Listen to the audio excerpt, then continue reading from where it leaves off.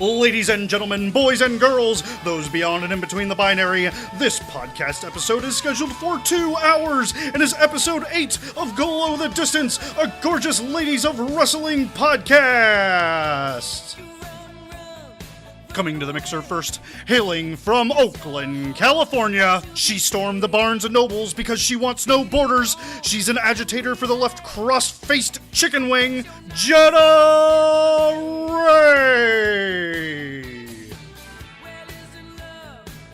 And her co-host, also hailing from Oakland, California, she's a meatless battle royale with cheese will hit you in the gut harder than a stuffed shell at Pasta Mania, Lauren Parker.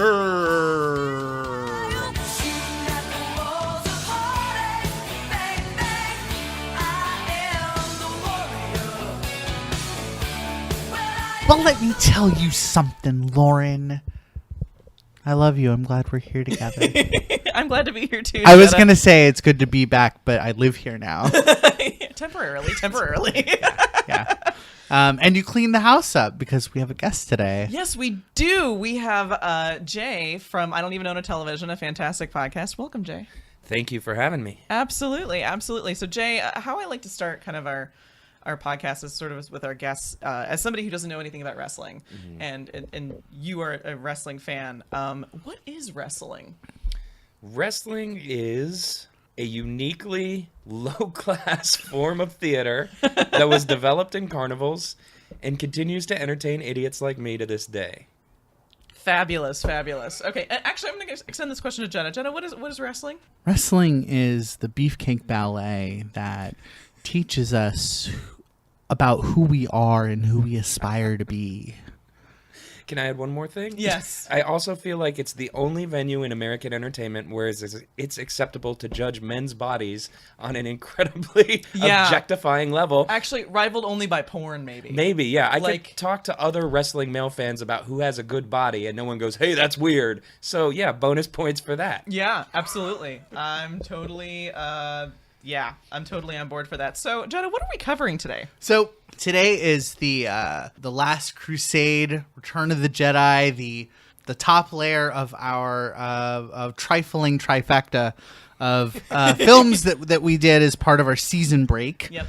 We did All the Marbles, which is a 1981 film directed by Robert Aldrich and written by Mel Frohman. And this was a special request by our guest. Jay, why did you pick this movie?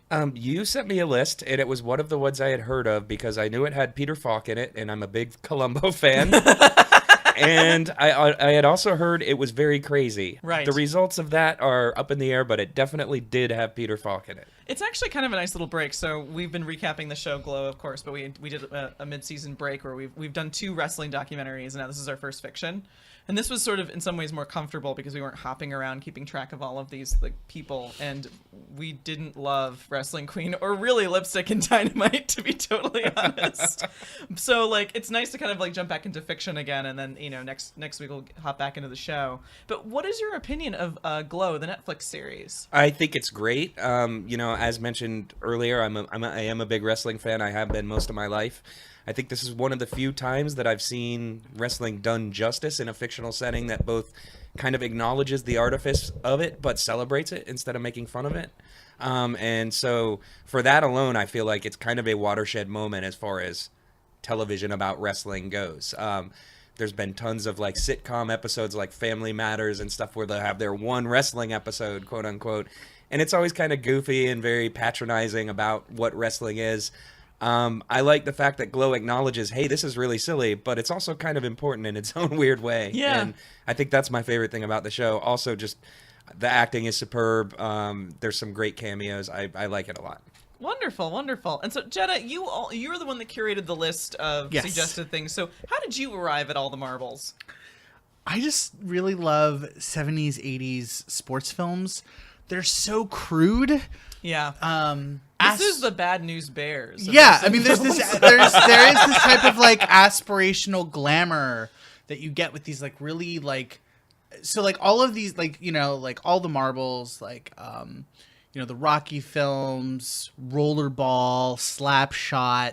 They all look like they've been filmed on a camera that's recovering from a hangover. They're always like, they're really dingy true. and kind of sloppy, but there's, I think there's something like very earnest with those movies. Like they're acted earnestly. This is kind of before like we get the B movies, where everyone's just kind of self-aware that it sucks and just kind of phones it in. Those are fun too, but I love these movies because they're very earnest, and there's this like, I don't know, there's almost a sort of like vulnerability that happens where like you get people that clearly know absolutely nothing. This is before like, you do like a $30 million irony film. Yeah, or you do like a $30 million film and then everyone goes for like 8 weeks to like learn all about the history. The lore. Yeah, the lore. Yeah. I mean, like, with a lot of these sports films, it was very on the fly. It was very like, Mildred Burke did teach the 2 stars of the film about wrestling. Which, if you'll remember from last episode, we agreed is bae. Yeah. She's like mega babely. I missed the show, but Mildred Burke is awesome. Yeah. One Christmas, I got a 4-track recorder. Jay, I'm sure you remember when that was the shit. I may or may not still have several. And I remember that Christmas when I got it, I just spent like the whole Christmas break just like playing, just like sampling quotes from Slapshot and just like doing like sloppy guitar riffs on my tile floor. What's amazing is now you could like probably be featured on Bandcamp for that exact thing. So All the Marbles is part of this, like, I like to think of it as like Rocky exploitation. It's all of these films that came out in the late 70s and early 80s to try and recapture the spirit of Rocky. And I think in a lot of ways this film does. We should just come out with it and be transparent that I am outvoted on this episode because I actually really like this movie and you two didn't. No. So this is a handicap match of taste. I really tried. I really wanted to. It just didn't click with me. But yeah, I'm sure we'll get into it more. Yeah, absolutely. Actually, so before we get there and kind of like unpack, so we normally do the wrestling fan news caveat and then we do the progressive caveat. So this is normally the time in which I take a stiff drink of bourbon. I'm drinking Ancient Age because apparently Bullet is super fucking homophobic. So if anybody would like to be non-homophobic and like think Black Lives Matter is cool and that police suck and make bourbon, I will buy your bourbon. But until then, apparently I'm drinking Ancient Age. So Bullet is the rogue of the bourbon world then. A little bit. I had no idea, and now I'm bummed because I have half a bottle of it at home. I know. It's a really good, like, decent price mixing bourbon, so I'm, like, heartbroken. But anyway, sip of Ancient Age. Glow Season 2 has been renewed already. Stranger Things had to wait a year. Glow's already renewed. Brittany Young said it on Twitter, who plays Carmen, who we love. And I'm excited. Okay, now I'm drinking. I'm very excited too. I'm really excited about season 2 because kind of where they left off at the end of season 1 is right at the beginning of where things got very interesting in the documentary. 100%. So I think there's going to be a lot of drama, and I'm real excited about it. It's so great. So I guess we'll do the wrestling news minute. I was in Chicago. I went to the DSA National Convention where I ran for leadership. I almost got a Legion of Doom tattoo while I was there. True story. I have one of my dream tattoos is to get 2 tattoos, one of which says we snack on danger, the other one says we dine on death, and it's like nice spaghetti with dynamite sticks in it or whatever. That kind of reminds me of those like little hot dog octopus things that you're supposed to make your kids eat protein. Thanks, Pinterest, for making my nightmares. Yay. So you should definitely get a tattoo of that. All right. So I'm actually woefully behind on wrestling. What news do you have of wrestling for us, Jay? I don't know that you're missing much in the world of big name wrestling for sure. I've been falling asleep during lots of Raws and SmackDowns lately because apparently we've re-entered the era when everyone who is not from America is a bad guy and everyone who is a good guy has to wear America stuff all the time. And there's Toby Keith, why do you wrestle? Even when I was 8 or 9 years old, that struck me as horribly tacky, and it's really painful to see it making a comeback. So I feel like we've kind of re-entered a new era of pro wrestling xenophobia, and hopefully that goes away really soon. Mm-hmm. Yeah, like our current administration. Yeah. Hint, hint. Now we're going to enter into progressive caveats. Some progressive caveats for your praxis. So everybody gets a minute to talk about their problematic aspects of this week's episode, because we can't spend 90 minutes unpacking all of the problematic things of it. It makes us cry and unhappy, and we needed to like control that. So let's get a minute. Everybody like air out your grievances with this film. Yeah, this film really misrepresents like the pratfalls of being a woman wrestler around this time. It would have been so much worse.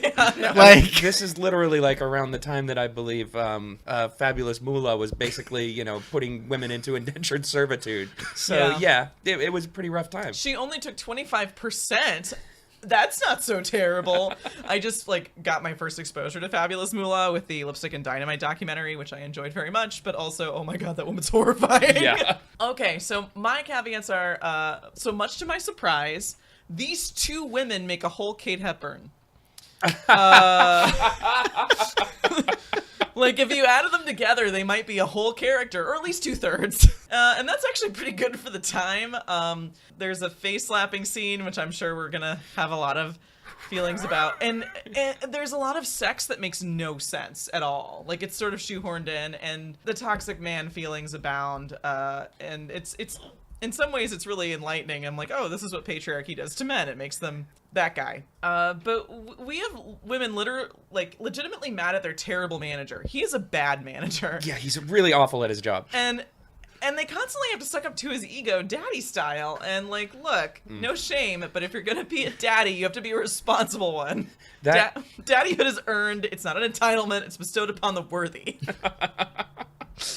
I think that ultimately the last thing you got at there is my real big beef with this is that his relationship with them is creepily paternalistic. Yeah. And at times almost feels cultish, you know, where he is straight up berating these women who in response just want to make him believe in them more.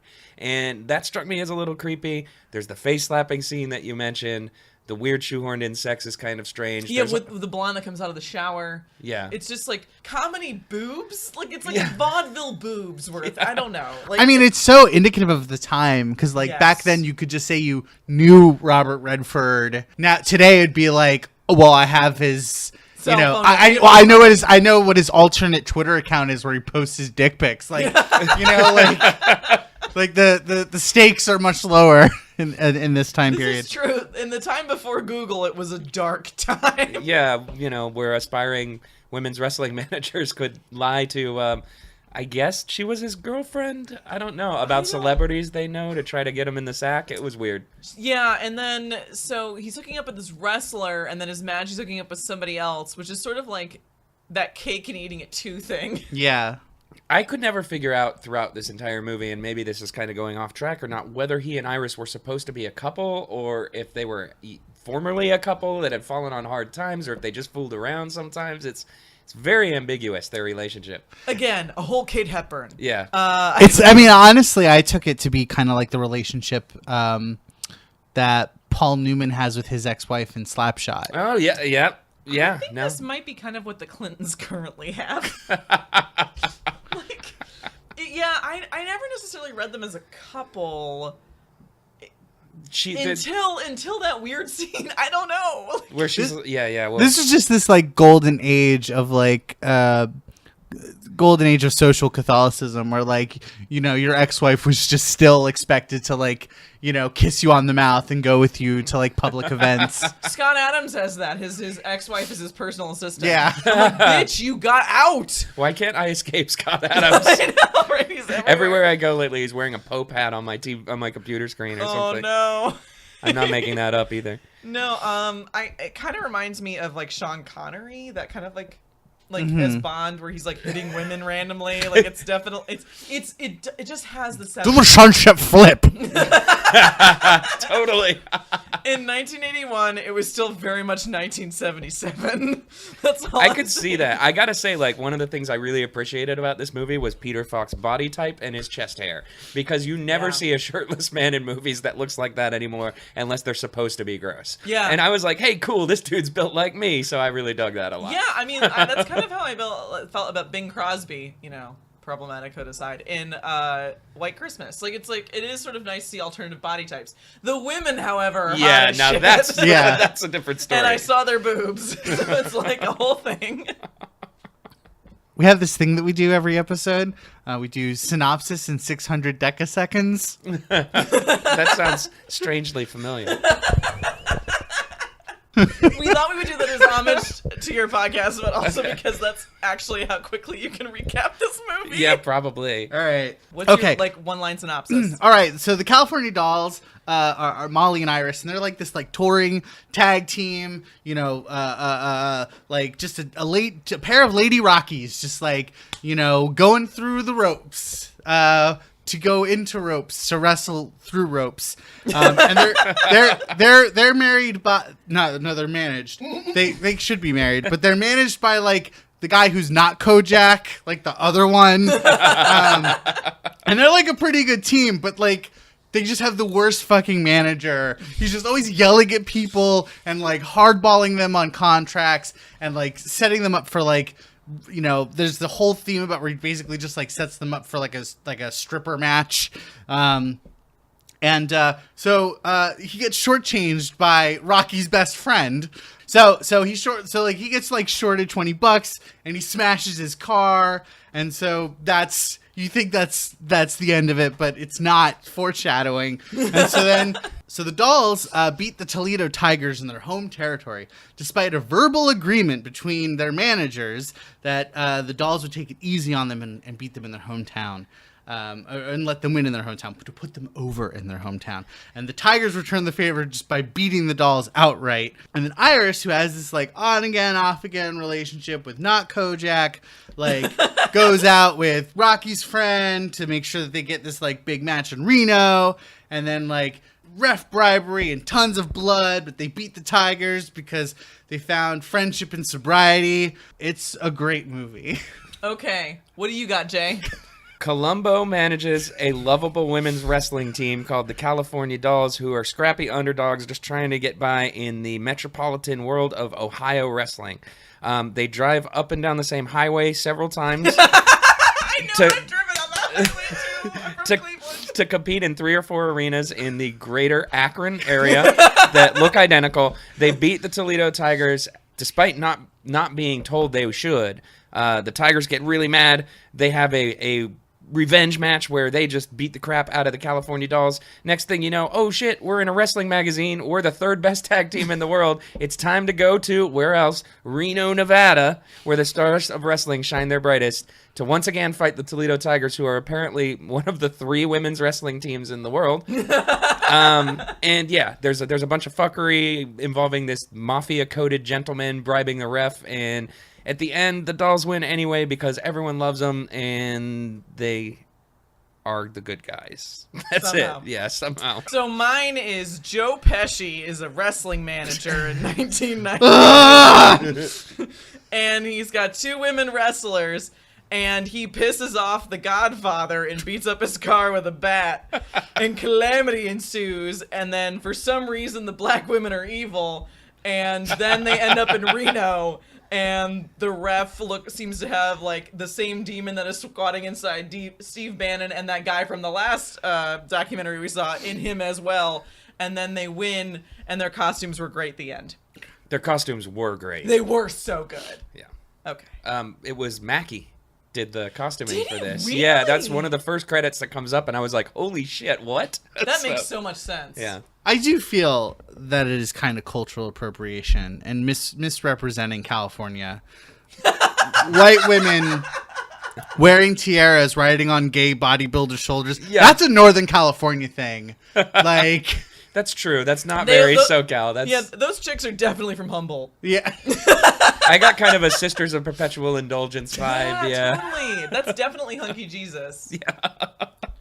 But their Valkyrie wings were what really did it for me. Yeah, so like a tinge of white supremacy. Yeah, I mean, they're the California Dolls. That's kind of coded right in there. Yeah, they're definitely from Indiana in real life. This was also early 80s wrestling world where, being white and blonde made you a good guy. So Yeah, the blonde versus brunette thing was still really popular. Again, so Andrew Dice Clay could have a career.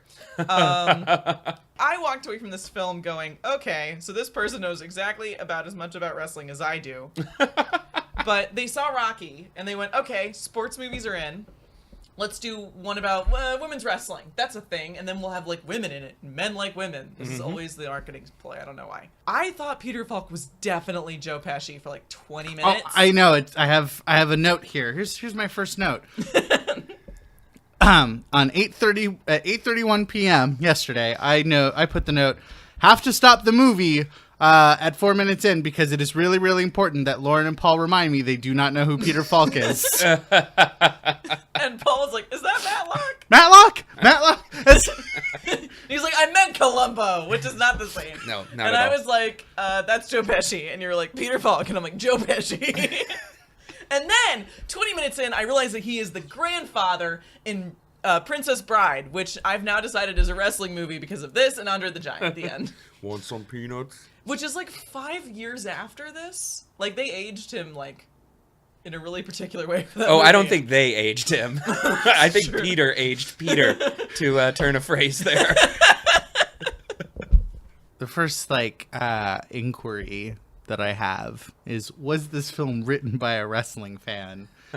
Okay, so I think this movie is like a boxing film. Yeah. Yes. That has wrestling trappings. Like, it has the like rigors of the road, and it's got the jabbering manager who's like always like pushing the athletes too hard and in like the least conducive way, like pushing a car up a hill like prepares you for a wrestling match. I guess like That's the weird part, is that like Rocky is so iconic because he runs upstairs, like the whole thing, and they never really got that montage. do you hum that again, please? No.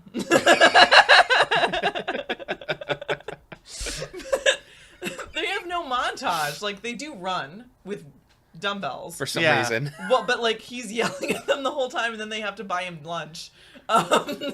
Because they hurt his feelings.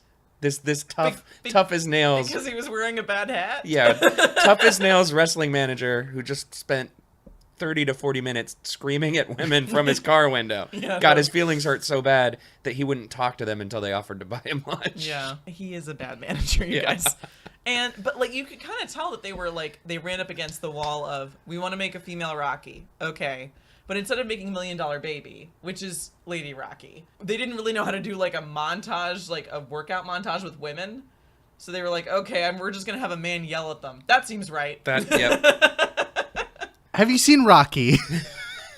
Once. Okay, all right. I just want to. There is a lot of yelling going on in Rocky Yeah. too. No, I yeah. know, but like at some point music plays. Like, Yeah. he gets to feel like That's true. He like gets to be majestic, like in a solitary way in which these women do not.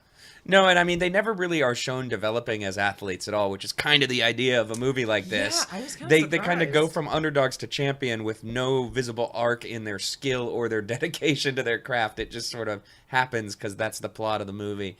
That drove me a little insane.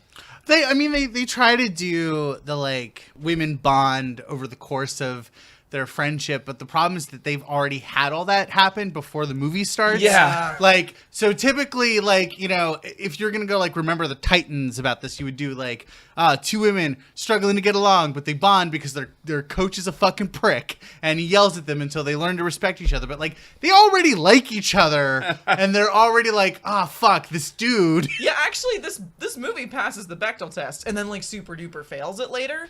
But like these two women, their like friendship is like earnest and legit. Like that's the one thing that they really kind of like nailed. It's like, oh, I'm like having a problem and like I'm dealing with my life, and then we're like, oh, okay, great, and then we don't touch it again for like 20 minutes. And that's such a shame because that's like what's great about tag team movies, like movies about tag teams, is you can have the you know, the success thing being a good kick woman, you know, within the narrative of like fostering intimate relationships with people that you want to eat Snickers with. It was sort of a missed opportunity because like, who is the most frustrating person in your life? Probably your coworker. Yeah. Like you'd think that like kind of like coordinating that together, like sure, your manager's a pain in the ass, and he is, but like that would have been kind of a good place for conflict, but we didn't get it. We just got an affair with Peter Falk for some reason. Yeah, I mean, like, as a person who's been in a touring band for a long period of my life, you develop a different kind of relationship with people when you have to work with them and also live with them kind Yeah. of 24 hours a day. None of that really does And get eat crap explored. food all the time. That was actually one of my favorite scenes in the movie. Is it's very brief, but they're at a Wendy's, which is very prominently featured. Like, you see the logo, and I was like, "Oh, product placement." But then the first thing that happens is Molly opens the top bun off her hamburger and kind of stares at it in disgust, and then we cut to the next scene, and I thought that was so amazing. So. I mean, so I've interviewed a lot of wrestlers specifically about their food habits because I'm a food writer. Just, this is our first time ever meeting, Jay. I don't want you to think that I'm like a. I just like to. She's really good at product placement. Just like to cold call wrestlers and ask them where they like to eat. So how about that Waffle House, huh? So how many chicken breasts a week? Yeah. Yeah, and a lot of that's like part of how this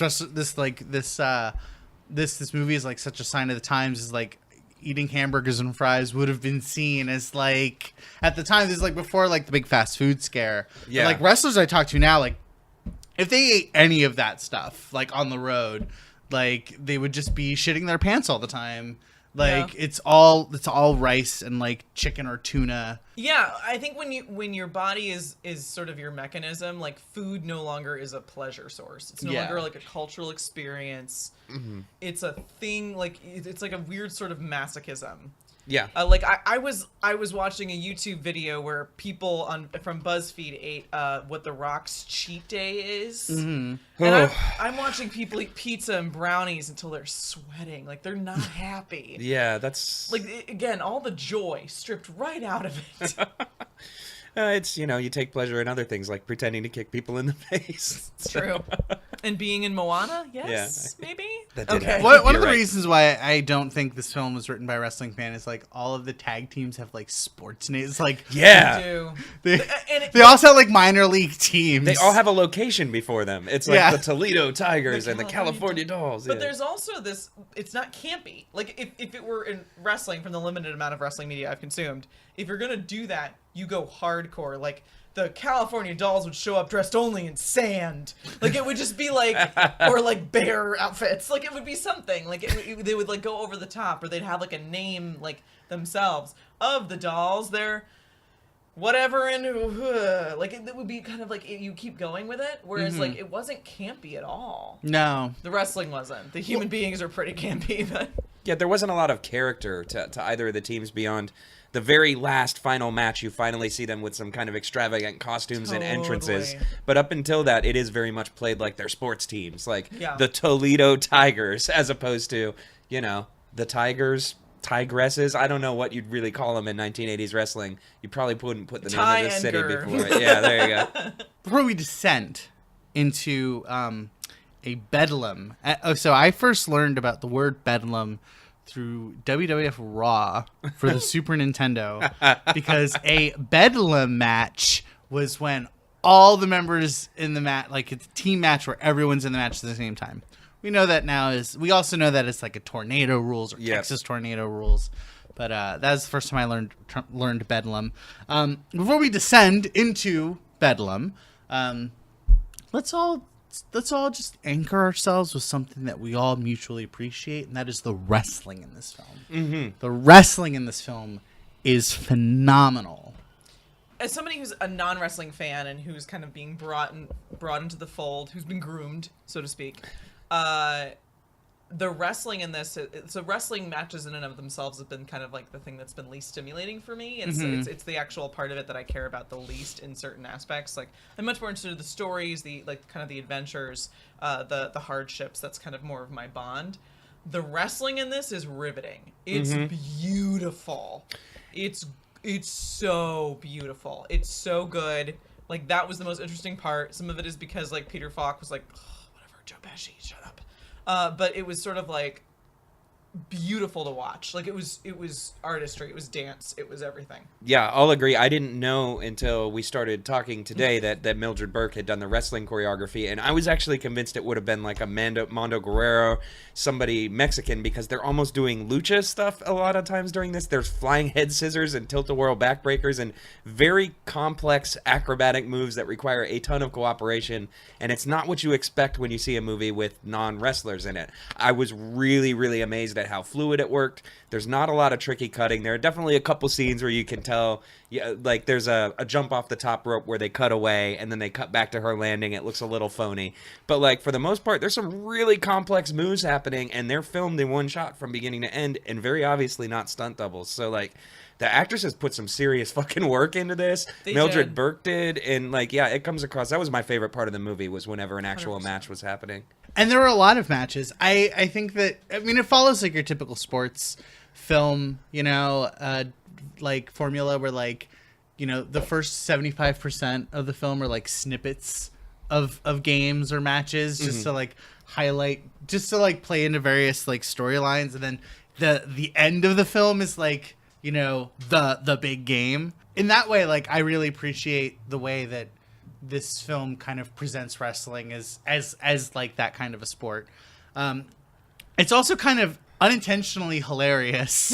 Yeah. Because this film is almost like it was written. I mean, I feel like it was made by people who learned midway through that wrestling was fake. Oh, yeah. Oh, 100%. This is like, they're all beating. Because all of a sudden the shifting of tone and like the articulation of dialogue of how they talk about matches, totally different. Yeah. Yep. You know, I was gonna save this for the end, you know, my final thoughts, but like I really did walk away from this movie unsure of whether the person who wrote it is aware of whether or not wrestling is real. Like, it jumps back and forth so many times that it's really hard to get a grip on where the script was coming from, whether or not they were intending to present it as predetermined or present it as a legitimate sport with a lot of fuckery going on in the background. It's really hard to tell. It's really confusing, especially for me, because I've been watching these like documentaries which are like talking about, you know, post-war wrestling or like 1970s wrestling where kayfabe is like king, which is a word I know now. Welcome to the fold. I know, it's happening.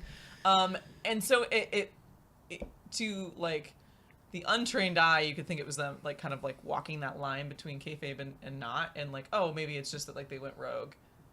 But no, I kind of think that this was written by somebody who like had like, okay, a really good idea for a wrestling movie, a really good character, Peter Falk, as like the wrestling manager, and then like, so that was step 1 and 2, and then step like 4 through 8 were just a series of question marks. There's no step 3. And then in the end, like, they just punctuated everything with wrestling. Like, it was just, it's again, like, wrestling media, for whatever reason so far that I've seen, has kind of largely been left to the, like, into the care of people that don't know what wrestling is.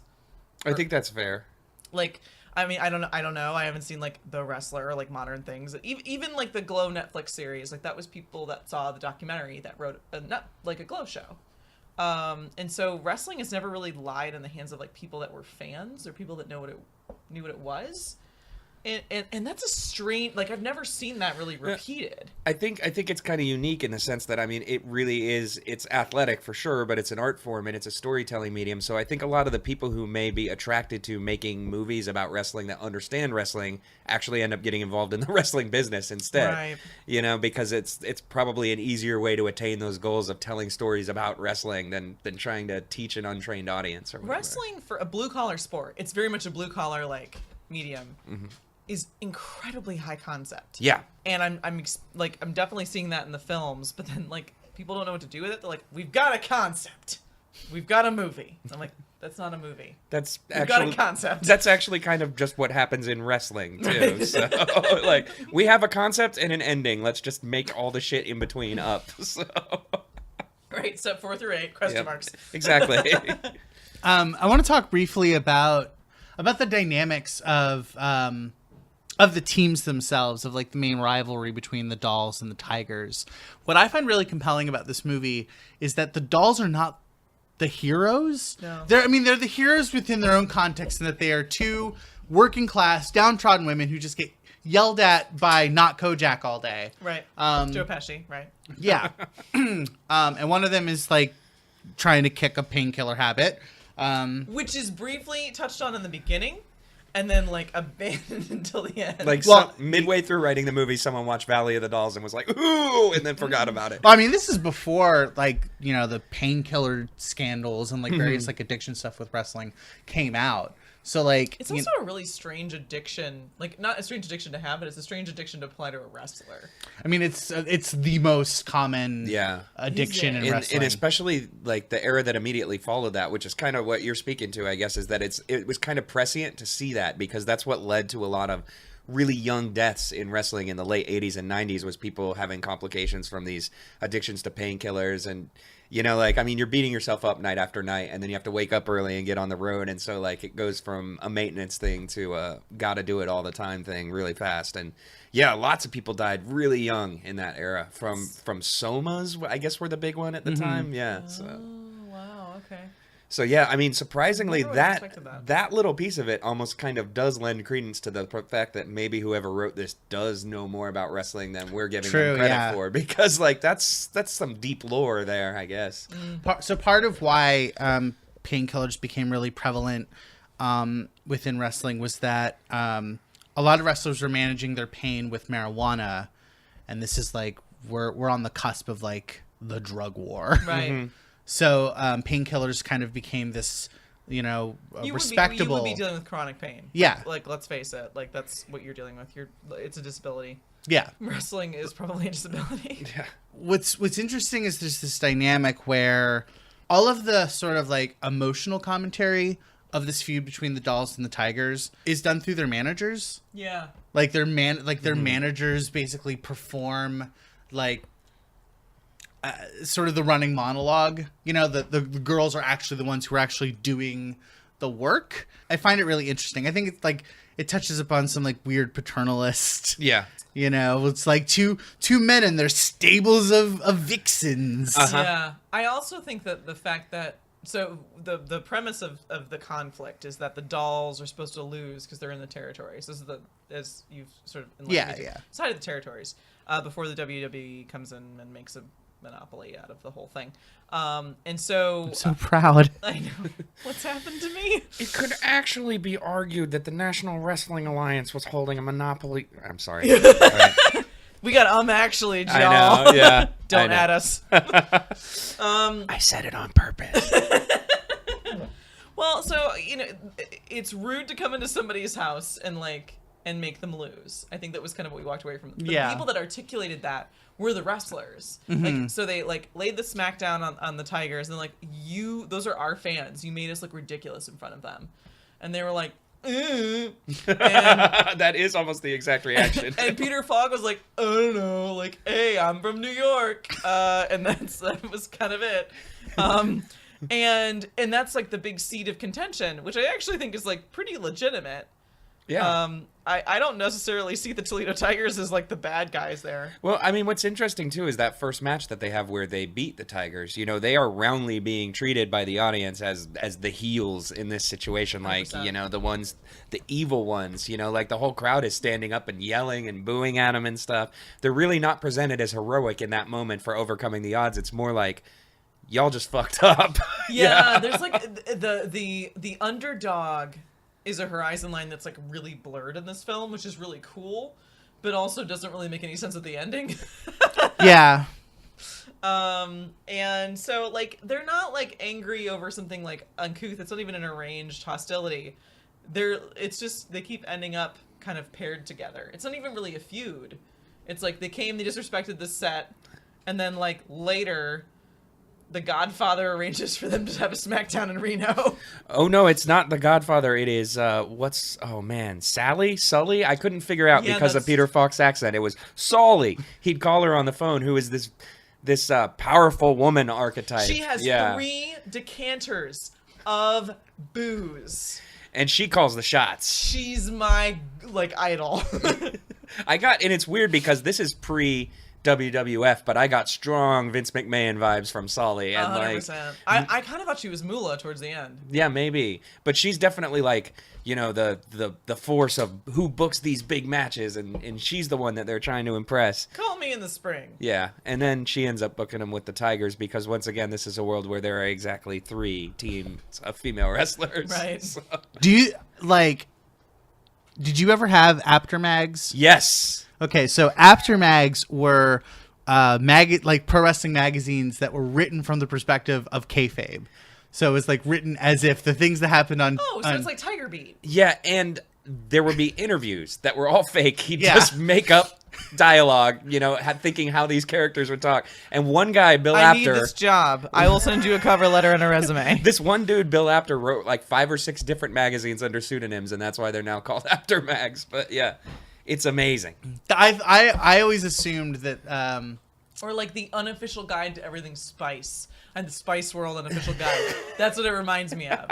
Like I'm like, yeah, or like, like the Backstreet Boys, like the whole like, oh, these are the things that you don't know about them. They really like bubblegum, or like their like favorite season is autumn or whatever. I really liked that scene with the magazine though, because it reminded me of, when I grew up in Germany, I would get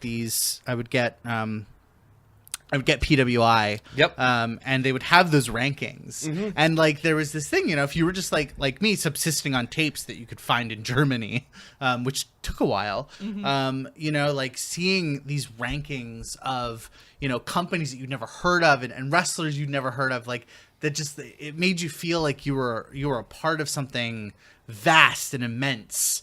So it tingled something in me.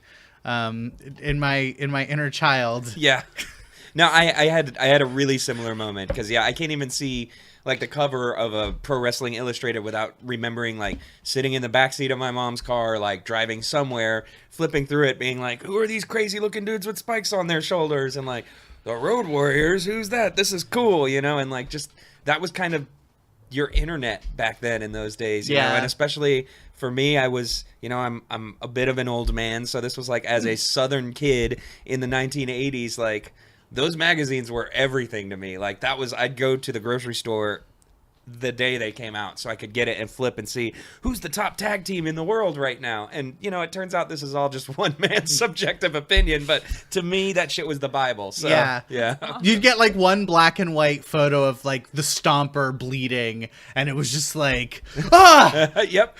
No, I specifically remember the moment when I realized what was going on with these magazines was when I started to see some of these people who were written about here show up on TV when WWF started getting TV, and they had totally different names and stories, and I was like, wait, something's up.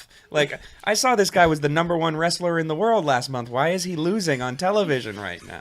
Why is he fighting an accountant? Yeah.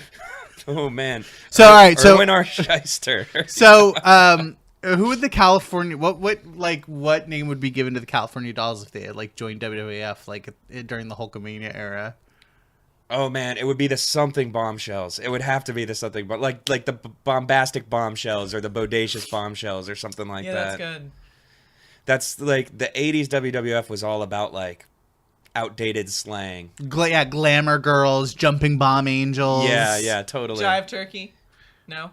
No, that would have been for the more ethnic team for sure. I'm sure they would have been. Yeah. So actually, I just wrote an article today and posted it about how to talk to your friends about prison abolition, your wrestling fan friends about prison abolition. And It's on our Facebook page. Check it out. Oh, cool. And I talked about like Big Boss Man and Akeem the African Dream.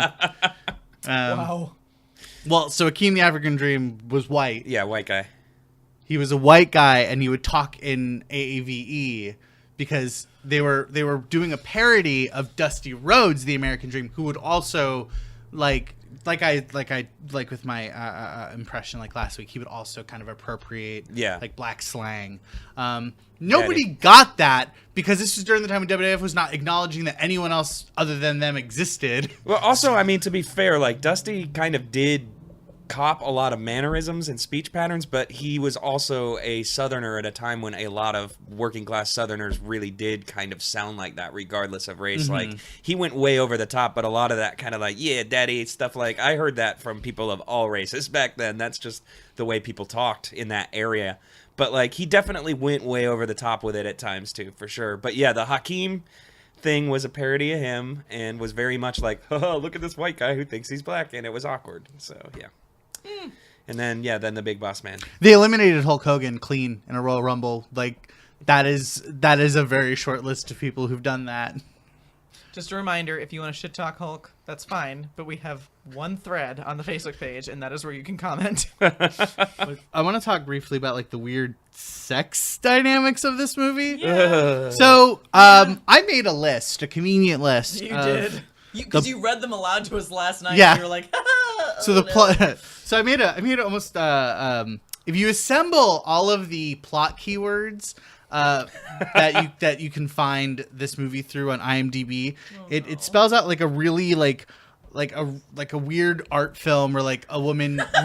So I want to talk briefly about like the sex dynamics of this film. Yeah. I made a list of all the plot keywords that you can use to find this film on IMDb, and when you put them all together, it sounds like a grindhouse revenge film. Yeah. Female nudity, man slaps woman, Wow. humiliation, crying in the shower, Wait, that's a keyword? Italian opera, baseball bat, Nice. woman slaps man, lean in, empowerment. That's right.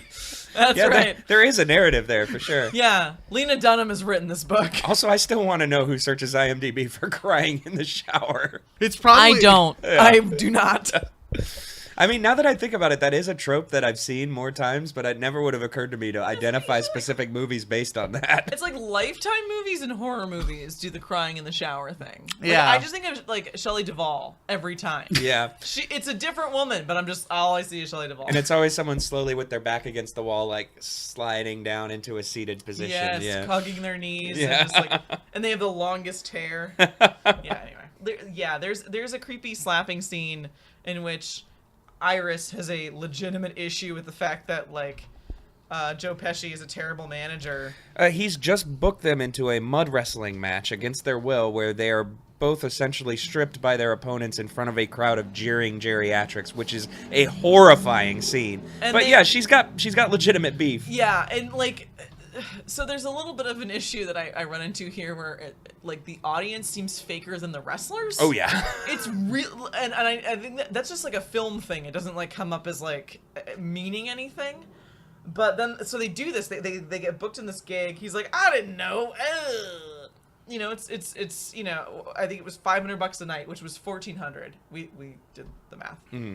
And so it was a lot of money, in which case I probably would have like sucked it up and dealt with it, but like they didn't want to do it and they felt compromised. And so it was like there's this whole scene where she's like furious and she was just like, you know, everybody laughed at us, we weren't really serious, and like she gets really angry at him and he slaps her, helpfully, obviously. And then she's just like, I want you, Harry, take me. And she immediately stops crying. Like, yeah, and just her whole attitude changes, and it's one of those awful like 70s movies tropes that I had forgotten about. Yeah, and being reminded of it was kind of gross. Not my favorite part of the movie. I know, and it didn't serve the plot at all. Well, the plot's kind of minimal, but it didn't serve the plot at all. And I don't know if anyone's been slapped in the face recently. When you're crying and you get slapped in the face, you keep crying. Well, so I think what they try to do, like, is play it off because she's a wrestler. Mm-hmm. She gets slapped and it doesn't bother. Like, she no-sells it. Yeah. But what it just looks like is that she's been conditioned. Yeah, totally. Yeah, it comes off as very creepy. It comes off like a trained animal, basically. Yeah, no, it's definitely like... Well, especially since she, in, you know, several scenes before, has been convincing Maul to not go into real estate, which is good because the crash is happening, and stay in the wrestling business. Like there's real stakes, and you kind of get hints at that, and so it's a little like frustrating for me to see Joe Pesci be so cavalier about them. I know it drives you crazy that I call him that, but I do.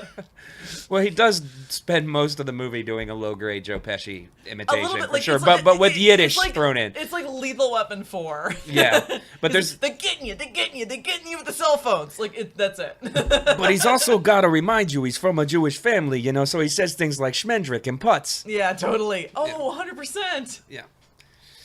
Who are Roger Nodets? Yeah. Oh, I don't know, but I have a feeling you do. Okay. So our producer, Paul Sauer. Hi, Paul. And I Googled this last. So Roger and Odets, it sounded a little bit like Rodgers and Hammerstein and Roger and Hart, and I think that I've got that kind of correct. So it's Richard Rodgers, who is the musical creator of a lot of Rodgers and Hammerstein musicals. So Cinderella, etc. Oklahoma, another one. And Odette's is it Larry Odette's? I think it's something like that. Where he's a playwright. Richard Rodgers ended up adapting one of his plays into a musical. It's a super weird thing to quote. It was a difficult thing to discover, and it was super, super buried. But it comes up a ton. So I'm trying to figure out like whether it's like maybe slipped into there. I don't know. The reason it comes up a ton, I think, and I feel like I'm destroying the movie making magic here. Go for it.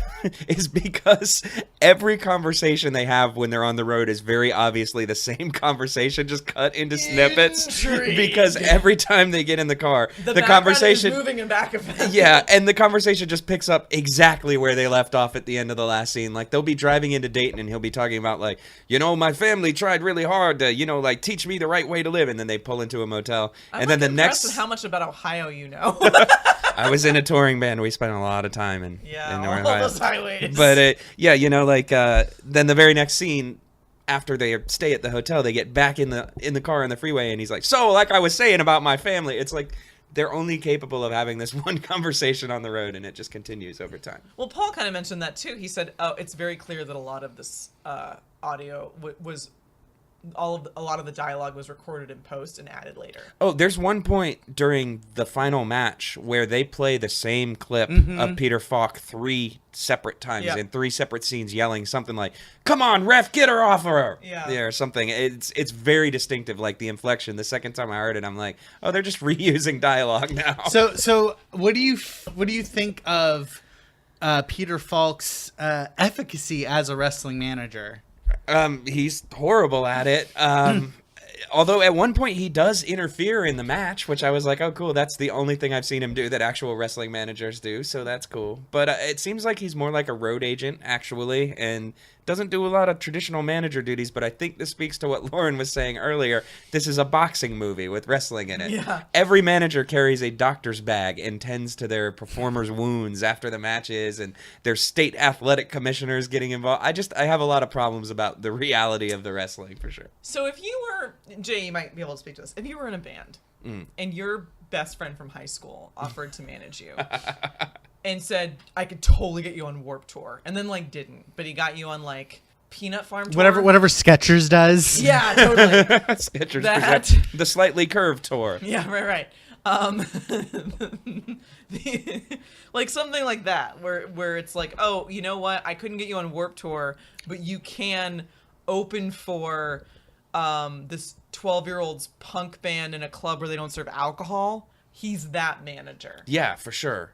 Except somehow he has convinced these 2 women, who apparently were not his high school friends, that he's worth sticking around with, despite just completely fucking up at every single juncture. And whenever he fucks up anything, he's just like, "Tell me I'm a good manager. I'm a good manager." It is a weird Well, I think that Peter Falk is the only character in the whole film who doesn't come from a wrestling background. That's true. That is true. And I think that it's Sully is a wrestling promoter, and Big John, who's the manager of the Toledo Tigers, was a wrestler. He's said to have been the light heavyweight champion of the world. He is not a light heavyweight. That is a giant man. Actually, that leads me to kind of a weird intercut. Big Mama, what was she for? I loved her. I think she was there solely to make me happy, because every time she came on screen, I was like, fuck yes, more Big Mama. She was an avatar for the audience, for sure. I think so. She's she serves the role. She kind of serves the role that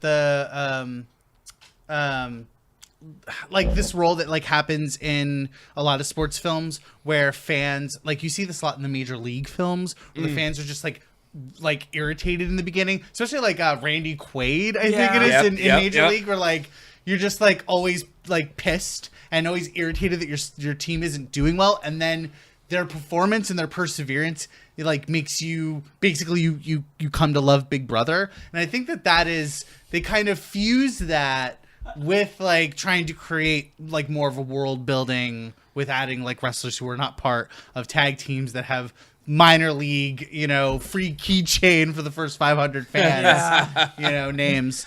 I want to say one more thing about Big Mama. In addition to being awesome, it was my favorite piece of just lazy filmmaking in the whole movie revolves around Big Mama, and that she's the headliner at the big Reno show, and her match is going on after the dolls. So she's backstage watching the dolls on closed circuit or whatever, and gradually coming to love them. She's doing it with her manager, who is named Morty, who keeps giving her cans of Budweiser, which she's pounding heartily, which I appreciate. But then at one point, she hands him the empty can and says, "Give me a beer, and no more of this cheap light beer." So A, it's a regular Budweiser, it's not a light beer. And then B, the very next scene, she's holding another Budweiser, takes a sip, and makes a, "Aw, that's the stuff" kind of face. It's like they couldn't even afford a second brand of beer to give her. Like, that shit just bothered me so much. Wasn't available. Yeah, like, come on, do the work. She is the King George III of Hamilton. I was gonna say that you can't have a sports film in the from in 80s or 90s without some sort of some quip about beer. Yeah. Like there's always got to be some I don't know. Because men like beer, allegedly. Yeah. Pabst Blue Ribbon, fuck that shit, etc., etc. Yeah. God. Hey everyone, it's an intermission. Grab a drink, grab a smoke. Get that last slice of vegan, gluten-free pizza, waste not, want not, man. So we assigned Jay some homework. Oh, boy. Jay, your task for today, should you choose to accept it, is to explain to Lauren the concept of playing Ricky Morton. Wait. Jetta, I know what this is. You made me watch that show. What? Yeah, Ricky Morton. Definitely made me watch that show. It's the one with the Szechuan sauce? Yes? Make the hot tag, Morty. Make the hot tag. Well, no. So Ricky Morton is a different man with spiky hair. In not far removed from the time that this movie takes place, one of the biggest tag teams in the NWA territories was a group called the Rock and Roll Express, which was Ricky Morton and his partner Robert Gibson. Ricky Morton is best known probably for his amazing poofy platinum blonde mullet. His partner Robert was Guy Fieri. kind of, but much longer in the back. I mean, we're talking like halfway down the back mullet. Oh, it's one of those mullets. Okay, so like bully in a children's film. Yes, totally. Yeah, like if Jonathan Taylor Thomas was playing a bad guy, that kind of haircut. Yeah, nice. His partner Robert Gibson was known for his less fabulous brown, less spiky mullet, and also his walleye, but we won't get into that too much. But yeah, so basically, there's a lot of walleyes in this movie too. Nowadays, they're kind of responsible for creating what is the template for most modern tag team matches now, where there's a very kind of specific series, almost like the Stations of the Cross, that the match has to pass through. And one of these is called the Heat segment, which inevitably involves one member of the good guy team getting the tar kicked out of him by a member of the bad guy team until he can finally get enough energy to go and make the quote-unquote hot tag to his partner, who comes in and just cleans house of all these evil men who have been beating up his friend. So Ricky Morton in the Rock and Roll Express was almost always the guy who got beat up, to the point where, playing Ricky Morton means you're the guy who's selling, getting beat up really bad. You're the massive underdog. You're struggling. And you'll see this just about any time you turn on a modern tag match. There will be a segment like this where one of the good guys, I think the best modern equivalent I can think of right now is probably Enzo and Big Cass when they were still together, if you're familiar with them at all. The little dude Enzo is very much the Ricky Morton in that he pretty much exists to generate sympathy for the team. So the audience will sit there and be so stoked when the big guy finally tags in and gets revenge. And so the Melanie, like from Gone with the Wind. Exactly. That is exactly it, yes. So that is, playing Ricky Morton in this case is being the quote-unquote babyface in peril. Huh. This feels like the door in the Titanic, like the floating door in the Titanic. Like there can only be two of us that ever get a joke at one time. Because you looked at me like, is that a joke? No. I mean, that's on point. That is on point. And there is a playing Ricky Morton scene in the final match. That's true. Yeah. Yeah. Okay. Yeah. There's a scene where Molly's getting completely worked over, keeps trying to make the getting tag. The shit beat out Yeah, of she her. gets busted open hard way to She use the looks parlance, tired, girl. but yeah, she's struggling to get back to the corner, keeps getting yanked back. She finally makes it. Iris comes in and cleans house, and that is totally your Rock and Roll Express Ricky Morton moment right there. And yeah, I mean, that has become kind of the template for the modern tag team match. Like, you'll see it all the time. It's even like, if I remember correctly, it was even included in, remember those like, was it like CBS, like those like wrestling is fake? Like, yeah, with the stunt grannies and stuff. Yeah. So like, fuck, I can't remember what years it was, but in the 90s, CBS or some other basic cable like had a Secrets of Wrestling Revealed. That's exactly what it was called. Yeah, too. yeah. So they would have, it was kind of like the Magician Secrets Revealed thing that we watched. That's okay. Yeah. That's fucking weird. It wasn't as kinky. Yeah, guys, if you're bored on Netflix, at the end of Netflix is The Magician's Secret. Yeah, it's just like the Mitch Pileggi from X-Files, like talking about like women's waist sizes while women get tickled with knives. So my mom went to high school with him, and now I have to watch this. Oh my god, you do. It's so bizarre. So it's past the Hallmark Christmas movies. Take a left at reality shows that only had one season, and you will find the Magician's Secret. Okay, yeah, I'm on board. So it was this series where they would show like wrestlers showing how moves are done and like how they do certain like storylines and stunts. Really cool. Yeah, but they aired it like right before actual wrestling was gonna go on. Yeah, and it's done with the wrestler that they had is masked and he has his voice disguised like one of those like like. So it's like Iago from like Aladdin is teaching you how to do it. Basically, it's like, well, this thing happens because blah blah blah, and like, yeah, I don't know. And I remember they end one of them with like all the wrestlers are in the ring and they're like, if you ever think this is real, come in the ring and we'll show you how fake it is. Is my daddy fake? All right. So, okay, but Gilbert Gottfried explaining wrestling moves. How here for this are we? Very. Yeah, that's what I thought. But yeah, they actually included the hot tag as one of those, like, every wrestler knows about how to do the hot tag. You ever notice how the referee just stops caring about the rules when the bad guys are in control? It was a really strange period, because this is like right at the cusp of like, it was like right at the Attitude Era, where like wrestling was becoming more adult oriented to challenge, to kind of like take kayfabe back. Oh, comics kind of went through this. Yeah. How do I know that? No, it's absolutely true, comics though. are the same sort of evolution, especially with Superman. So, Jay, just 'cause for you, everybody that's like listened to the podcast has heard this already.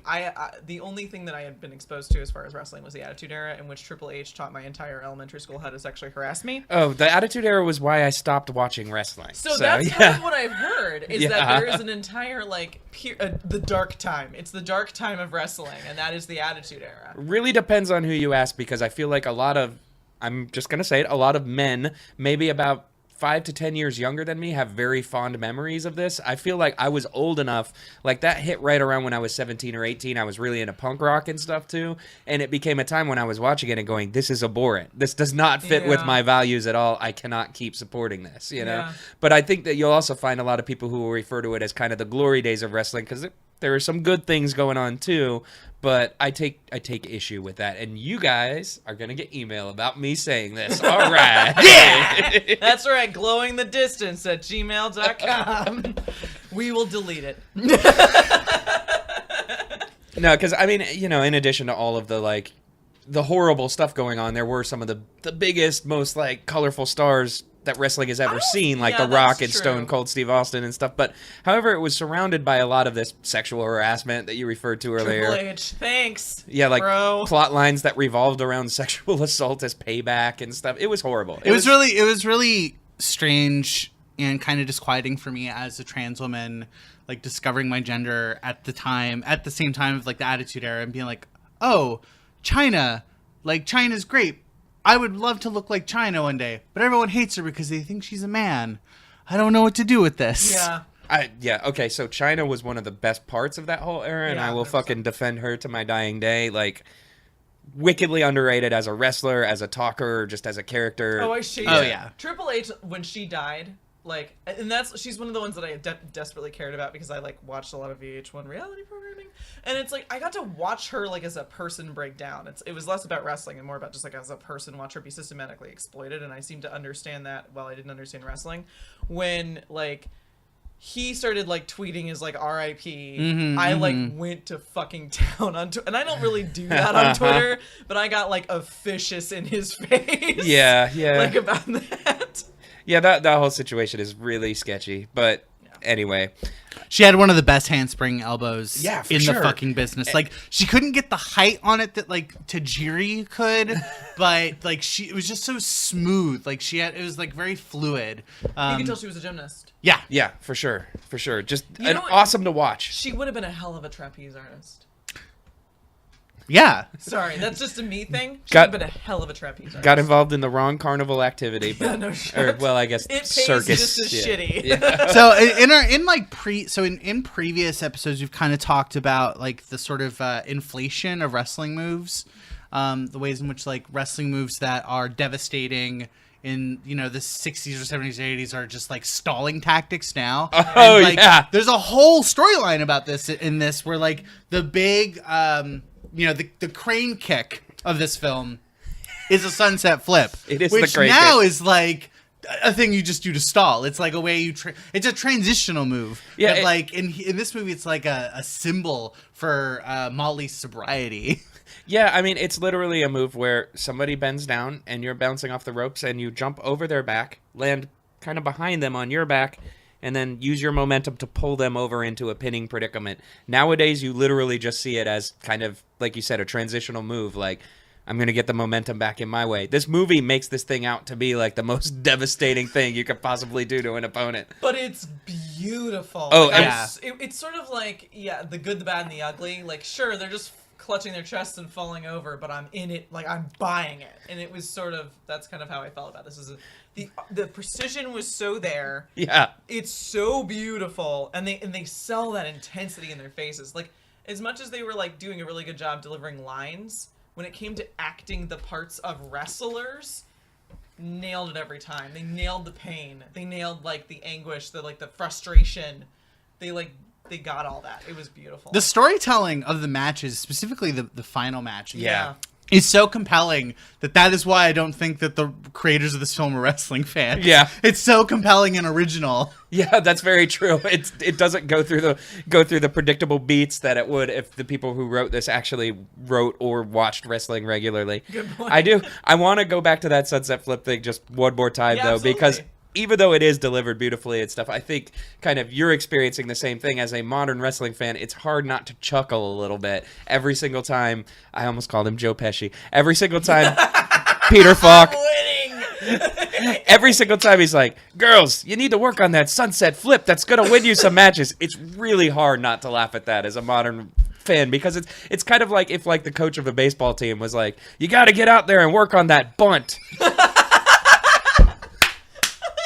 So I was going to compare it to, so we watch Lipstick and Dynamite, there's an entire scene from like the 1950s where a man that talks like this and is wearing like a straw hat hat is like, they're hula girls and they're naked and they're wearing like skirts from like here to their ankles. Oh no. And like a bikini, so like only like this much of their, like an inch of their midriff is showing, and I'm like, wow, nudity works a little different in the 50s. Yeah. And like, I'm like, oh, is it kind of like that? And I think it might be. It is, yeah, for sure. Like, I'm sure that was a very impressive move at some point in wrestling history, but watching it in 2017, it's a little hard to take seriously. For those of you who haven't watched the film yet, because I listen to podcasts about films I haven't seen. I mean, I've listened to like 3 fucking years of the Attitude Era podcast. I've never watched any of the events that they cover, like, to know what they're talking about. Well, they're so charming. I know, yeah. Throughout the film, the California Dolls are struggling with the personality part. They're struggling with their identity because they wanted to be the one team without gimmicks. But the fact that they have no gimmicks is And they're called the California Dolls. Makes them Yeah. kind of unremarkable. Yeah. So they're Po Jeshi devises this plan at the end when they have their big match to give them the most to give them the most star power possible on the biggest stage that they've ever had. he hires a bunch of kids to sing "Oh You Beautiful Doll," which is like a traditional ragtime song. Yeah, we found out that $900 goes a lot farther in 1981 than I would have thought. Yeah, he's bribing everybody. He bribed the referee. He paid $40 a head to like 15 children, and then like bought those costumes. There's a scene where he slips the organist probably no less than 9 or 10 bills to play these songs on the house organ, which is apparently a thing that happened in wrestling matches. And like, let's be fair, like it might have been $2.5 grand. But Yeah. like that's still like, I'm like, damn. And so then the dolls come out. They have a late entrance, which is used to like hype them up and like make them seem larger than life and larger and above and beyond the Toledo Tigers. And they come out in these like Valkyrie child outfits, like childlike empress totally. or Galadriel it's just like if a Galadriel was on American Gladiators just sitting on top of these like buff half naked bodybuilder types that are escorting to the ring and everyone's singing "Oh You Beautiful Doll" but with dolls and it's Khaleesi with pigeons versus dragons. Totally and then after they win spoilers. After they win with 30 seconds left in the match with a double sunset flip. Okay. Let me just. I'm sorry. I have. You have laid down the gauntlet, and now I must likewise put my glasses up. She just pushed her. So technically, just so you know, so you can take this home with you, the way that they end the match would technically be called a double springboard sunset flip because they use the momentum of the ring apron, which puts it in the springboard category. It's true. Just it like, is true. Just like Mark Merrow's guillotine leg drop is a springboard guillotine leg drop. And a normal sunset flip is performed from a running position, not a standing and jumping position. So yes, you're correct. So you could also don't you love having this podcast? That could also be a springboard modified sunset flip. I was waiting for the Canadian Destroyer. It never showed up. Oh. So the dolls win, and then they unfurl a flag of the California Republic, and it's just like. But that bear has been through some shit. No, I wanted to ask about this because admittedly I'm a new transplant. Not new anymore, but within the past 15 years. I grew up in Florida. I was born in Florida. Did the California flag ever look that goofy? Because the bear on the flag, he has huge googly cartoon eyes, and it looks like his tongue is hanging out, but it's not. It's just drawn really poorly. His body is shrunk. It's very strange. It's a weird looking California flag. That bear is not okay. Yeah. He looks a little malnourished. Was that whole thing where it's like, in the 1970s we were polluting the river so much that we had to go make provisions to make it stop, and this was why? I think that's true because at that time the Florida flag was a Seminole woman wrestling a sickly alligator. Oh, well, in Ohio we'd set the river on fire twice, so there you go. So then the flag comes down and they play what I think is meant to be the California state anthem. No, I think so. That's it's not great though. It's a pretty shitty anthem. Oh, what is this I hear? Excuse me. Look here, see? Yeah, I'm here to correct some misconceptions. That was actually not the state song of California. It's not? No, the state song of California is entitled "I Love You, California" by Francis Beatty Silverwood. The reason I know this is that it was in a Subaru commercial for a while, and it is such a corny song that I Googled it to see who was responsible for this travesty, and it turns out it is the anthem of our fair state. Wow. The refrain says something about rivers and mountains wide and tall, and then he says, "I love you, California." So that wasn't, unfortunately, in this movie. But it was a really great little ragtime show tune type thing. I will, as somebody who lived in Ohio for over a decade, I couldn't tell you what our state song was. I mean, at least "I Love You, California" is an original song about California. Yeah, Florida has Swanee River, which was just a pop song that people decided, oh, hey, that's in our state. So, yeah. Anyway. What's in Ohio sign that we could. Oh, okay. Like that Neil Young gambit. This is okay, and this finale sequence is part of like it is the cherry on top of my triple fudge cake theoretical argument as to why this was not made by a wrestling fan, because like only a wrestling fan would like only someone who's not a wrestling fan would look at like Iron Sheik or like other like foreign villains at the time and be like, oh, people hate what people that aren't from there, so you can just go to like another city. Nevada and fly the California flag and rile everyone up. Yeah, like instant cheap heat with that California flag. Yeah, I know what that means now. But no, yeah, you are totally right, and the fact that like their big rivalry, and as far as I could tell, they're not actually from California, right? They're from Ohio, just like everyone else in this movie. So clearly Joe Pesci is from New York. No, of course he's from New York. And and then the Godfather guy with the hole in his cheek, also from New York. Which freaked me the fuck out, by the way. I mean, not to disparage the looks of this particular actor, but they did a lot to accent it. And I know. This is a man with a giant scar on the side of his face. I don't like somebody put a cigarette on. And so I just do want to mention, everyone in this movie is incredibly sweaty. So, Yeah. so when there's a guy with a big scar, it's extra visible because it's like glistening, and it was a little. They did some loving close-ups on it. I'm just gonna say the Mad Men era, those 3 martini lunches, it has negative side effects in the 80s. the lighting of this film, it's So Iris is so all of the women in this movie are actually really genuinely beautiful. Iris is gorgeous, and yet every time they light her, it's like a flashlight's being shined into only one of her eyes. Like, and then her hair goes limp magically, and it's not a good look for anybody. And also just terrible things to like the background.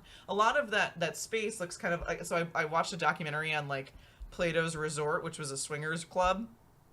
The Plato as in the philosopher, or as in like the clay for kids? The philosopher. Okay. And it was in the 1970s, and then it was like, oh, we should actually be probably a little bit more like safe about the kind of sex we have. So then it shut down because like ew. But like it's like they cleared all those people out of that space and then lit it and then shot a movie in it. Like it was very like dingy is a good word, I think, to describe. Totally. There's a grubbiness about this movie for sure. What is that movie where it's like about kids living in the slum of Beverly Hills? Slums of Beverly Hills. Is that what it is? Yeah. Okay. The effect that movie was going for is achieved effortlessly in this film. Yeah. just as like the writer of this film is not a wrestling fan, like the lighting person is not a lighting fan, because it's just like it's just spotlights on everything. Yeah. Like there's this scene where they're in their hotel beds and like, you know, the lights aren't on, but there's these 2 spotlights. It looks like it's a vaudeville, like... Ditto the audience. It looks like they're interrogating. Yeah, No, it those- looks like it's okay. like the intermission, like, jokesy, like, skit in between, like, you know, a double feature at the county drive-in. Sometimes it does, but when they're cutting back and forth to the audience during the matches, I found it horrifying because the people that they had in the audience generally were older people who I think they told to look mean. Like the acting direction was maybe like laugh a lot, but in a mean way. Yeah. And they'd cut back to this audience and then cut back to the action and then cut back to, you know, geriatric men sweating, laughing, yelling, "Come on, baby," and stuff, and then cutting back. And I got these really weird, like, Requiem for a Dream kind of vibes by the end of it, where I was like, I am not comfortable with this. Please stop showing the audience. Like, the movie is great until you see the way that the director thinks people should be reacting to the wrestling. That's actually true. The movie would have done a lot better if the audience had just been cut. Yeah, they made me uncomfortable. I do want to touch up before we wrap up. You made a note about something you really wanted to talk about. So there's a scene, Yes. the sort of the catalyst for the plot of this film happens, you know, kind of within like the first third, where the dolls are stiffed $20. $50 in American currency. So say $20 in 1980s money. The dolls wrestle a Japanese team. Which is where they learned the sunset flip, by the way, which never stopped upsetting me, but I'll stop. They get shorted $50 in today's dollars, And so Po Jeshi smashes up Rocky's friend's car. And that reminded you, Jay, of like a very, very, very recent, juicy scandal in wrestling. So this is like a art imitates life, or well, vice versa, life imitates art moment. In that, when that was going on, it made me instantly reminded me of, like a lot of other nerds with the internet who like wrestling, I read The Wrestling Observer, which is a pretty well-respected dirt sheet that has a lot of behind-the-scenes info about wrestling from around the world. And there was recently a really big controversy in Mexico because one of the big Mexican promotions, CMLL, has a wrestlers union. And the leader of that union has pretty much always been a member of the same family that owns the company. So it's very much kind of a bullshit position that sort of exists so that this company can continue to screw its workers. Well, so a union in quotations. In quotes. Well, the last time they had union elections, what ended up happening is the guy who got elected was not a member of this family. He was a wrestler named Ultimo Guerrero, who apparently had expressed no interest in the position whatsoever, but the other guys were like, hey, we want you. So what ended up happening is all of the wrestlers and backstage staff who belong to this Alvarado family that has traditionally had a stranglehold on the union and runs the company, videotaped themselves shirtless in their luchador masks, beating the shit out of this guy's car with baseball bats. And when this scene came up on TV, when I was watching this movie, I was like, holy shit, this is like ripped from the headlines 3 months ago in this movie from 1981, where wrestling beef leads to cars being smashed with baseball bats. The only difference is that no one here was named Maximo Sexy, which is a huge letdown. But yeah. This is so much better than Tosh.0. So yeah, I don't know. I really wanted to bring that up because when I saw the movie, I was like, holy shit, this is a real wrestling thing. So I think that was maybe one of the more realistic moments in the movie. Again, 2/3 of the people on this podcast did not enjoy this film. I can't say I didn't enjoy it, but I didn't like it, and I'm not gonna say I'm the type of person that can't enjoy things I don't like. That's true. That's fair. I will enjoy this movie in the future because YouTube is getting really fucking smart about my searches. And like 5 days ago, I enter All the Marbles 1981 full movie. I get like five results. Then the day before we're gonna watch it, oh, they're all gone. And now here's this like, $10 paywall. Yeah. No, I stumbled across a thing that was labeled All the Marbles on YouTube, and when I clicked on it, it was just a full screen of like someone's website address and a bunch of shit, and then in a tiny little box down in the bottom right-hand corner was a movie that was not All the Marbles. And that was all I could find, so I ended up having to pay to watch this on Amazon. Thanks a lot. Wow. Okay, so here's what you should do. You should kickstart the Patreons of all the people at this table. It was $3. I'll survive. $2017, I should add. So that's like what? In 1981 That's like 35 cents. Come on, babe. Sorry, I was doing my Columbo. All right. One more thing. Okay, now, but tell Fred Savage about people kissing. Is this a kissing book? All right. Well, I think we're gonna start wrapping it up. Why don't we get one last hurrah, a victory lap? Why don't you? Let me redo that one because victory lap makes no sense unless you're Bo Dallas. Well, I'm not allowed to like him anymore. I forget. Yeah. What did he do now? He showed his ass all over the internet. Yeah. He's a Sandy Hook truther and decided to talk about it on a podcast. So actually, like, I do think that wrestling is a sort of like it is an induced insanity. Yeah. Like wrestlers, no, I mean, like they're on the road all the time. Sure. They're only hanging out with each other. Like wrestlers believe really. AJ Styles thinks the world's flat. Like, Bo Dallas thinks that Sandy Hook, is fake. Bill Apter thinks that the mafia killed Chris Benoit. Yeah. Like, it's just you get into these echo chambers and you just go crazy because you don't know how to function outside of wrestling. So like, yeah, I mean, like, it makes sense why so many wrestlers support Donald Trump. They have no idea how the world works outside of like. Is Chris Jericho okay? He seems nice. He's actually supposed to be a great guy. However, I think politically he would disappoint you quite a bit. So yeah, he skews pretty conservative. But yeah, he's supposed to be a very, very friendly person with very, very questionable political beliefs. So. Great. The only pure wrestlers are Zack Sabre Jr. Sami Zayn. and Sami Zayn. Yeah. Sami Zayn is my dream Antifa date. Like he is. Have you- like when I get like stuck with a fucking knife at a Nazi rally, he's the guy that I want to patch me up. He has tights with Operation Ivy lyrics on the side of them right now that say "Resist Despair," and then it has a logo that's a little flag with SZ for Sami Zayn, and it is so obviously an Antifa logo that they just cleaned up for TV, and I fucking love that man. So anyway, Am I allowed to like John Cena? I love John Cena, all but right. He was pretty funny on SNL. he's back to his whole what I was talking about earlier. I'm an American, so that makes me great. And when he's doing that I'm gimmick, proud to be an American. I'm sorry, if you've not served in the military, as somebody from a military family, then you just don't get to be that person, okay? real talk, this may have absolutely nothing close enough to do with what we're saying to make it on the air, but as a person who stopped watching wrestling from like 1999 to about 2013ish, Wow. I was very unfamiliar with John Cena, and when I first saw him on TV, he was doing his whole salute thing. I think it was after the Marine movie had come out, and I was convinced he was an ex-Marine. Like, he does that He's got that gung-ho effect. thing so well that I was like, oh, well, it's okay for him to act like that. He's ex-military. Nope. No, Turns he's out not. he was Did a he- wrestler who pretended to be a cyborg. Did he say hua or hoorah?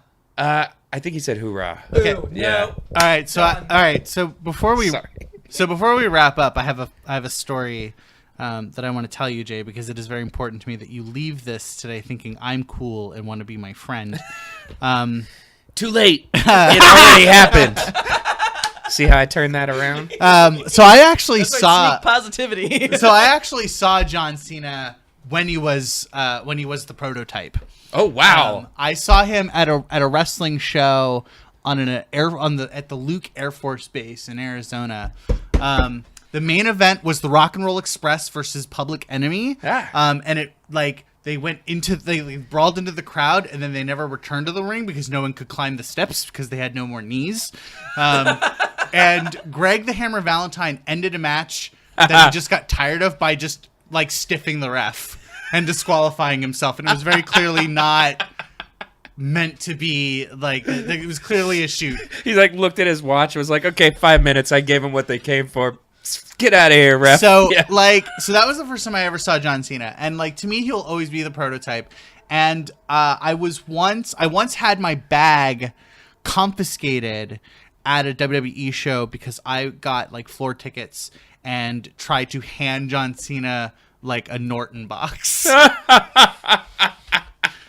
So this makes more sense if you know that John Cena's whole first character was basically a Terminator ripoff called the Prototype, where he was supposed to be a cyborg. So yeah, it's good to know. That's so weird because he's so like Johnny Apple Pie Americana shit. They saw if you his could- look. Like his country album has not come out yet, but it will probably be imminent. Actually, he's an incredible rapper. What? He is an incredible rapper, and I really recommend everyone who listens to this show, if you haven't heard the song by Murs called Hustle that John Cena has a feature on, you should listen to it. It will completely change your opinion of the man. Like, out of everything you can say about the dude, and whether or not you think he's goofy as a wrestler or whether he takes it seriously, he is very serious about fucking rap music, and he's quite good at it. All right, I will link to that in the show notes.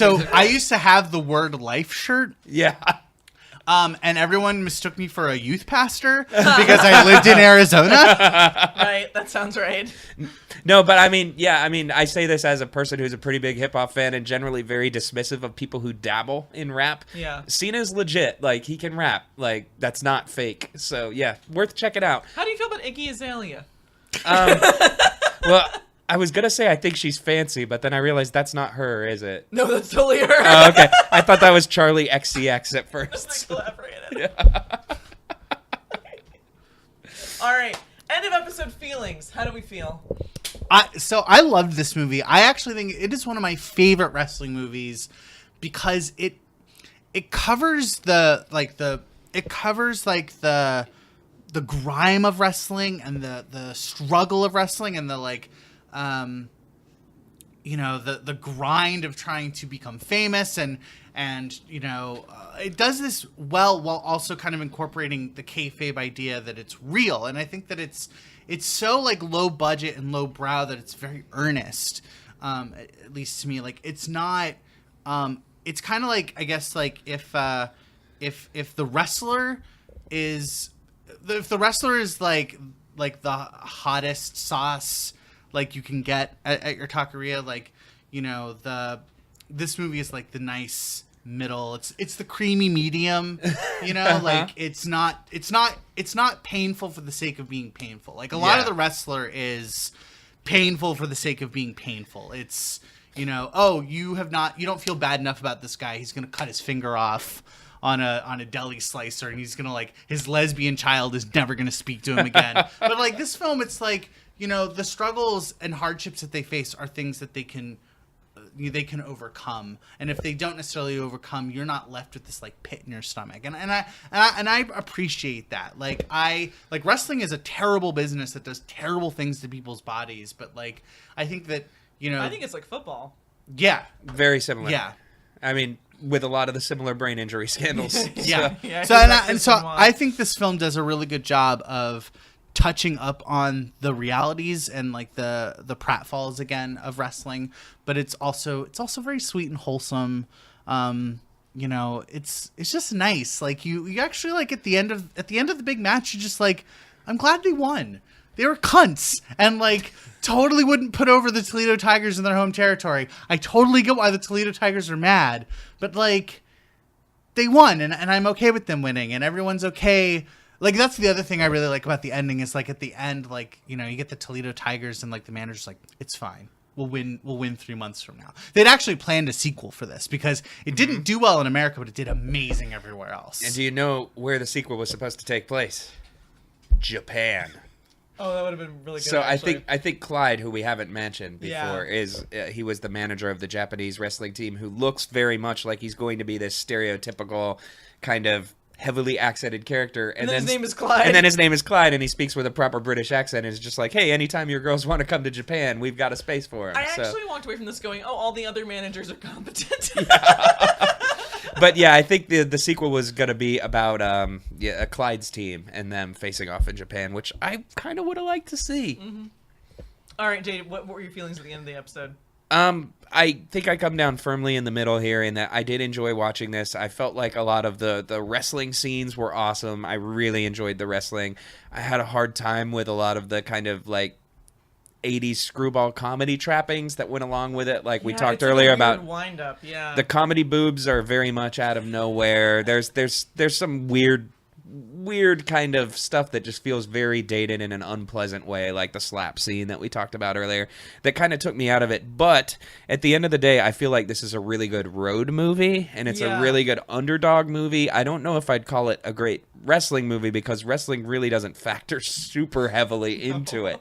But it was enjoyable for sure. It's not no holds barred, but few things are. So this is like American Gods with wrestling.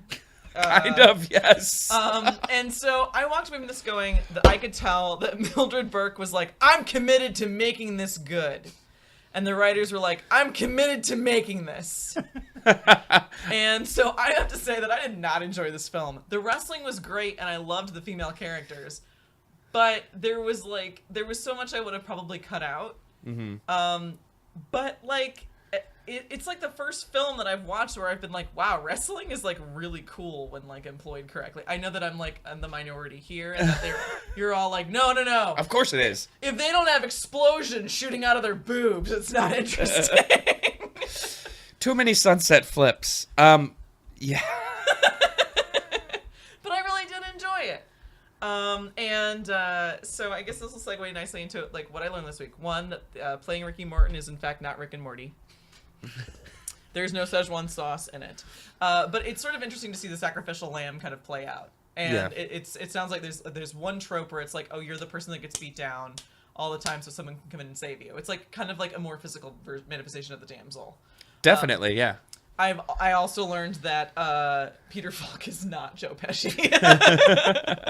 I just wanted to say earlier you mentioned American Gods with wrestling, and it instantly occurred to me how much fucking radder this movie would be with Ian McShane in it instead of Peter Falk. Like, how great would that be? God. I want to like just remake this movie now with Ian McShane being like, listen, ladies, you've got to blah, blah, blah. This is trademarked. No one take this. All right, shall we dive into most Marin moment? Most Marin moment. Jay, what's your most Marin moment? It's really impossible, right? Because I feel like, and I don't know if this is true or not, but I feel like Mark Maron based a lot of his Glow character on Peter Falk in this movie. Like, I have a really hard time not believing that because, like, his mannerisms are just incredibly Maronish, right down to the way he talks, you know, to his employees when he's going to get them food and keeps being like, those frills cost money, and you know, and things like it really felt like Mark Maron, and I'm a pretty big fan of Maron, so it was like, yeah, there were a lot of moments that just I was like, he watched this movie before they shot Glow. He definitely watched this movie. So it's hard for me to pick one. I would just say the entirety of Peter Falk's character. So I would actually agree. My entire posit is that this is an entire movie in which every single character is played by Mark Maron. Like, everyone. But I have to think that, like, Big Mama, like, cheering for the people that she's gonna beat later, and, like, the whole Budweiser exchange was totally my Maron moment. Yeah. All right. For me, my Maron moment, it's more of a running gag, but I actually thought that the whole, like, calling Solly and then telling the girls, Chicago soon. I thought that was going to be like a running gag, kind of like how in Slapshot. This is the last Slapshot reference. I mean, last call for Slapshot references. To be fair, they're incredibly apropos because this movie is Slapshot with wrestling. But like how they're always talking about aces, and like there's always this like reference of this bar that they're never going to go hockey, to. Yes. Yes. Okay. Also taped glasses, but yeah. And wrestling, because there was a tag team that based their characters on characters from Slapshot. Wow. Yeah, it's like it gets deep, man. It's the serpent that eats its own tail. It is, like, it's yeah. Just...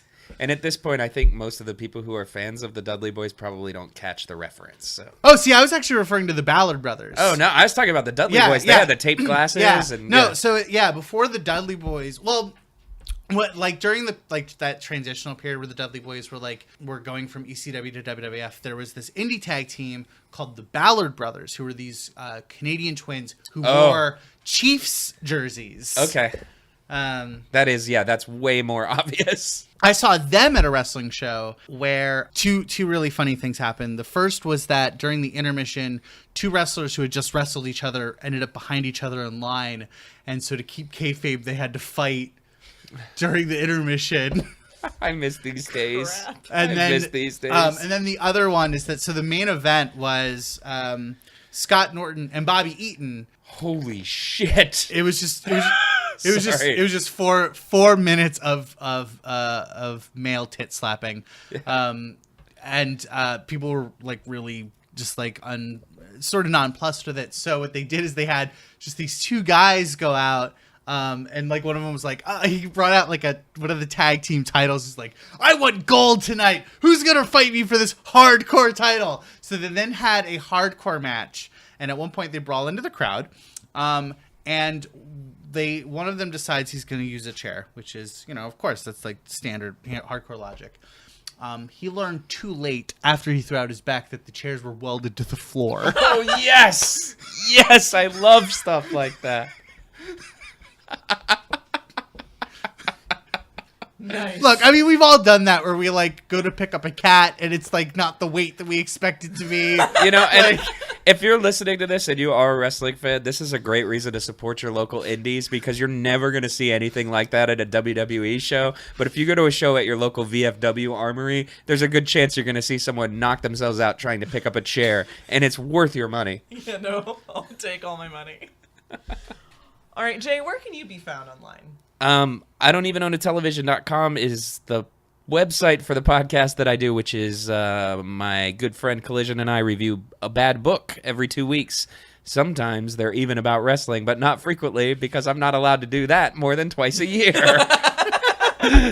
I'll be coming on in the next couple of weeks. So yes, that's true. Lauren is a frequent recurring guest and will be on again soon. And check that out. I don't even own a television.com. All right, awesome. Jetta, how can they get in touch with us? You can find me on Twitter at JTTA_RAE. You can find Lauren at Lauren, LAUREN INK, Lauren Inc. You can find us at glowthedistance.xyz, Glow the Distance on Twitter, Glow the Distance on Facebook. Leave us them sweet iTunes reviews. We got a couple great iTunes reviews, which we really love. But if you love the show, please do. We're also on Instagram and doing Women Crush Wednesday. We just did Viper for our most recent one. And sometimes, like, Brooke Hogan follows us, you guys. So you Weird. I know. You better watch out, brother. So you should follow us too to balance that out. Yeah. Because eventually she's gonna listen to one of our episodes and hear us talk about her dad. I know, right? It's gonna be like, don't tell her about the Hulk thread. All right, and check out Fry Havoc, which is Jetta's site about food and like intersection of like social justice. And I'm at laureneparker.com. All right. You did it. You really did glow the distance. Well, Jetta, we're all champions in the ring.